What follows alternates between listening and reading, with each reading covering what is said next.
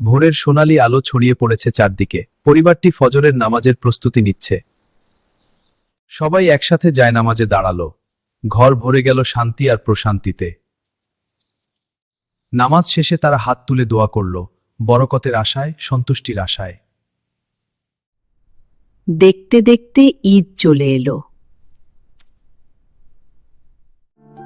বাবা, এবার কি নতুন পাঞ্জাবি পাবো?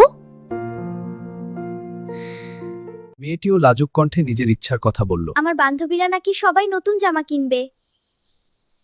কিন্তু সংসারের বাস্তবতা ছিল ভিন্ন। এইবার একটু কষ্ট আছে, তবে ইনশাল্লাহ ভালো কিছু হবে। মা চুপচাপ আলমারি খুলে পুরনো কিন্তু যত্নে রাখা জামাগুলো বের করলেন। পরিষ্কার কাপড়ই তো সুন্দর, বাবা। দাদি হাসি মুখে পুরনো দিনের গল্প শোনাতে লাগলেন। আমাদের সময় তো এক জামায় 2 ঈদ হতো। বাবা সামান্য সেমাই আর খেজুর নিয়ে ঘরে ফিরলেন। সরল আয়োজন, কিন্তু ভালোবাসায় ভরা।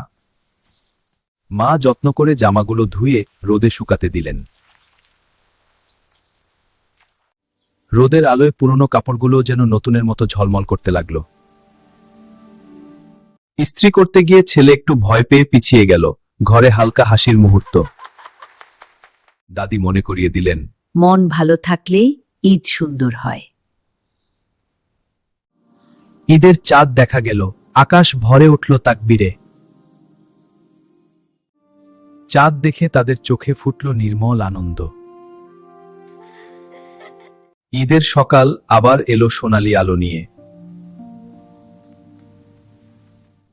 পুরনো হলেও জামাগুলো আজ যেন নতুন আত্মবিশ্বাস দিল। বাবার চোখে গর্বের ঝিলিক। মাশাআল্লাহ, তোমাদের খুব সুন্দর লাগছে। মসজিদের পথে তারা দেখল এক দরিদ্র শিশুকে। তাদের হৃদয়ে করুণা জাগল। এটা রাখো। মেয়েটিও নিজের ছোট উপহারটি দিল ভালোবাসা দিয়ে। বাবা মায়ের চোখে আনন্দের অশ্রু চিকচিক করল। ছেলের মন আজ অনেক হালকা। বাবা, আমার জামা তো একদম ঠিক আছে। মেয়েটিও খুশিতে উজ্জ্বল।